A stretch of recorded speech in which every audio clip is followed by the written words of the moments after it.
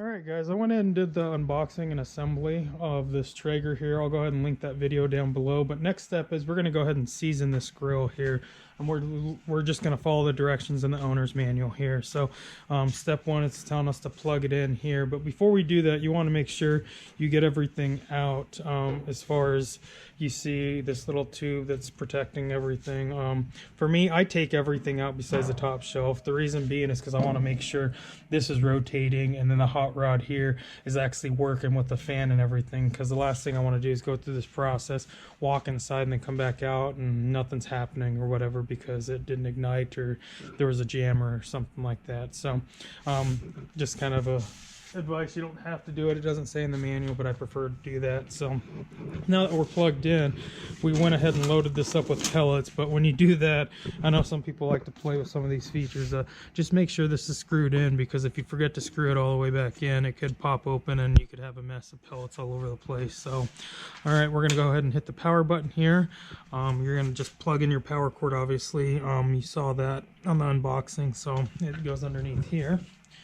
You're going to notice there's nothing on the screen here, but we're just going to push this button here. Now we got that Traeger lit up here. So it's saying 165. So step one is we're going to go to menu. Then we're going to go to auger. Wow, this goes pretty quick. Auger, and then we're just going to push this button in. And then we're going to click the prime auger. It says auger priming 3 minutes and 45 seconds, what it started off here, and I can hear it going. Let's see if we can see that here. It's hard to see, but it is turning ever so slightly, so we'll go ahead and get that all primed up, and I'll get back with you as soon as this is completed.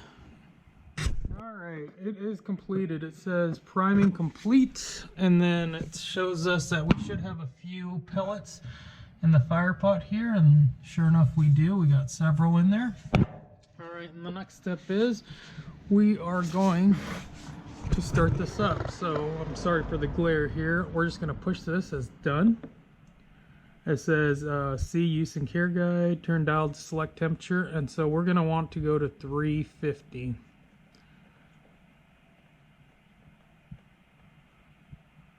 And then we're just going to push it to set the temp. Push ignite to start.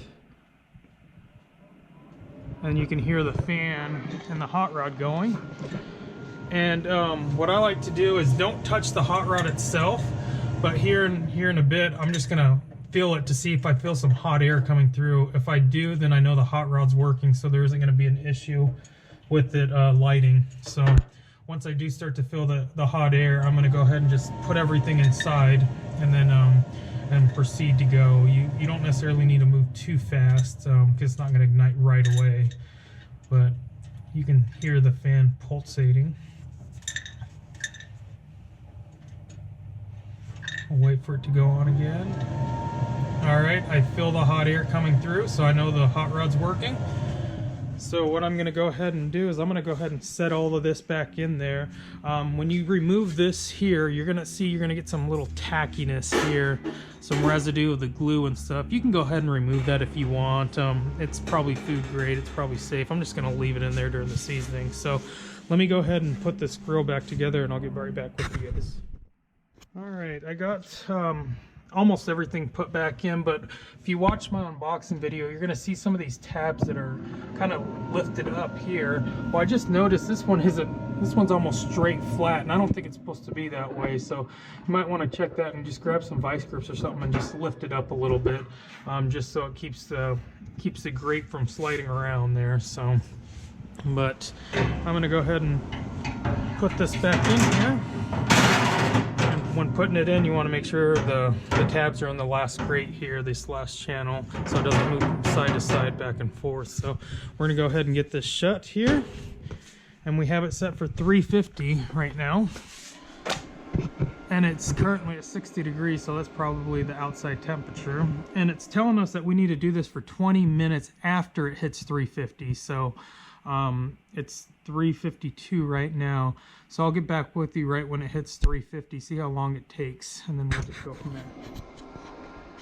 Alright guys, I know I said get back with you at 3:50, but I wanted to give you a quick little update here. It is currently 4:01, so we started at 3:52, and then at 3:56 I started to smell the pellets, but they didn't catch on fire. Now it is currently 4:01, and now I'm starting to see smoke, and the temperature is rising.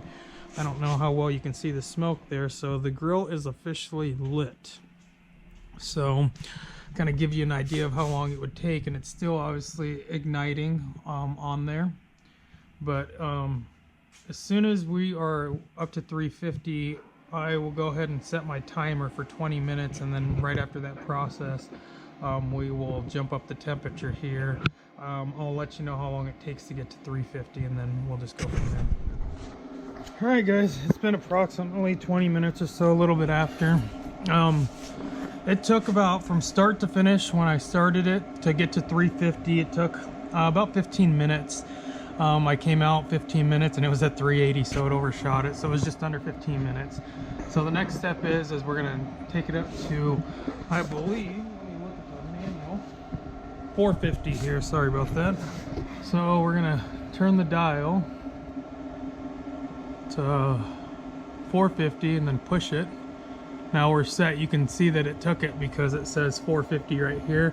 Our current is 347 here. So as soon as it gets down to 450, we'll start the timer here for another 30 minutes, I believe. Let me double check here. Sorry about that, guys. Yep, for another 30 minutes. So as soon as that 30 minutes has elapsed, then I will go ahead and put it in the shutdown mode. And after it cools off, then I will show you how much ash is left and what it looks like inside. So, but all right guys, I'll be back with you. All right guys, it's officially been a half hour that it's done. So we are completely seasoned. Throughout this entire process, I've seen it plus or minus 8 to 9 degrees. I don't know how the tolerance on this controller is. I got to look it up to see if that's normal. To me, anything plus or minus 15, even 20, I'm fine with. I'm not a competition cook, so my temperatures don't need to be precise. So we're gonna go ahead and shut this down. So it says to press and hold dial to shut down. So we're pushing it, and it's shutdown cycle 24 minutes. So it's a 25-minute shutdown cycle here. So I'll just kind of give you guys a sneak peek of what it looks like now that it's all seasoned. You can see it's all that dust and everything, which is normal for a pellet grill here. So I'm gonna go ahead and let it go through its shutdown cycle, and then as soon as everything cools off here, we're going to I'm gonna take everything out to see how much ash is at the bottom, just to give you guys an idea, because I know some people freak out when they see all this ash and stuff when they're new to these type of cookers. So I'm gonna go ahead and let it go through its shutdown cycle, cool it off, and then I'll get back with you guys. Alrighty, it went ahead and shut off. What had happened was I wasn't filming, but it just gave the Traeger symbol and then it turned off by itself. We still have power back here, as you can see it's lit up, so we want to make sure just to hit that off button there, or the switch. So this is what it looks like after complete season here. You can see there's quite a bit of ash, which is normal. And the grill's actually cooled to the touch after the complete cycle. It is 60 degrees here in Idaho, so let's go ahead and pull this stuff out and see how much ash you guys should expect. And see how it has that kind of chameleon look on drip tray.